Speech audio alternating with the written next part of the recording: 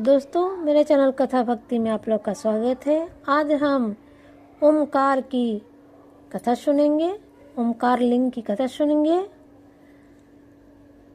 एक समय की बात है, भगवान नारद मुनि गोड़क नाम के शिव के समीप जा बड़ी भक्ति के साथ उनकी सेवा करने लगे। कुछ काल के बाद वे मुनि श्रेष्ठ वहां से गिरिजाराज विंध्य पर आए और विंध्य ने वहाँ बड़े आदर के साथ उनका पूजन किया। मेरे यहाँ सब कुछ है, कभी किसी बात की कमी नहीं होती। इस बात को मन में लेकर विंध्याचल नारद जी के सामने खड़ा हो गया। उनकी वह अभिमान भरी बात सुनकर अहंकार नाशक नारद मुनि लंबी सांस खींचकर चुपचाप खड़े हो गए। यह देख विंध्य पर्वत ने पूछा, आपने मेरे यहाँ कौन सी कमी देखी है? आपके इस तरह लंबी सांस खींचने का क्या कारण है? नारद जी ने कहा, भैया तुम्हारे यहाँ सब कुछ है, फिर भी मेरा पर्वत तुमसे बहुत ऊंचा है। उनके शिखरों का विमान देवताओं लोकों में भी पहुंचा हुआ है, किंतु तुम्हारे शिखर का भाग वहां कभी नहीं पहुंच सकता। ऐसा कहकर नारद जी वहां से जिस तरह आए थे उसी तरह चले गए। परंतु विंध्य पर्वत मेरे जीवन आदि को धिक्कार है, ऐसा सोचता हुआ मन ही मन संताप्त हो उठा। अच्छा, अब मैं विश्वनाथ भगवान शंभु की आराधना पूर्वक तपस्या करूंगा, ऐसा हार्दिक निश्चय करके वह भगवान शंकर की शरण में गया।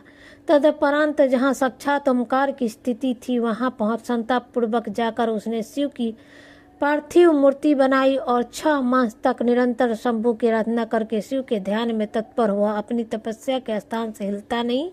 विंध्याचल की ऐसी तपस्या देखकर पार्वती प्रसन्न हो गए।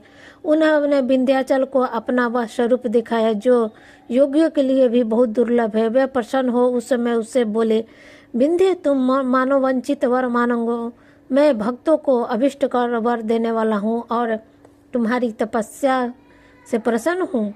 देवेश्वर शंभु, आप सदा ही भक्त वत्सल है। यदि आप मुझ पर प्रसन्न है तो मुझे यह अभिष्ट बुद्धि प्रदान कीजिए जो आपको कार्य को सिद्ध करने वाले हो। भगवान शंभु ने उसे वह उत्तम वर दे दिया और कहा, पर्वतराज विंध्य, तुम जैसा चाहो वैसा ही करो। इस समय देवता तथा निर्मल अंतकरण करने वाले ऋषि वहां आए हैं और शंकर जी की पूजा करके बोले, प्रभु आप यहाँ स्थिर रूप से निवास करें।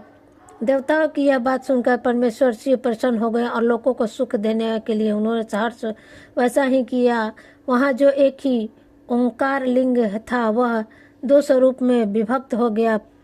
प्रवर्ष में जो सदाशिव थे ओंकार नाम से विख्यात हुए और पार्थिव मूर्ति में जो शिव ज्योति प्रतिष्ठान है उसे परमेश्वर संज्ञा हुई।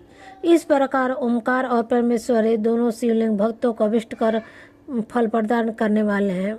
उस समय देवताओं और ऋषियों ने इस दोनों लिंगों की पूजा की और भगवान विंध्य ध्वज को संतुष्ट कर अनेक वर प्रदान किए। तत्पश्चात देवता अपने अपने स्थान को गए और विंध्याचल भी अधिक प्रसन्नता का अनुभव करने लगे। उसने अपने अभिष्ट कार्यों को सिद्ध किया और मानसिक परिपक्वता को त्याग दिया। जो पुरुष इस प्रकार भगवान शंकर का पूजन करता है वह माता के गर्भ में फिर नहीं आता और अपना अभिष्ट फल को प्राप्त कर लेता है, इसमें संशय नहीं है।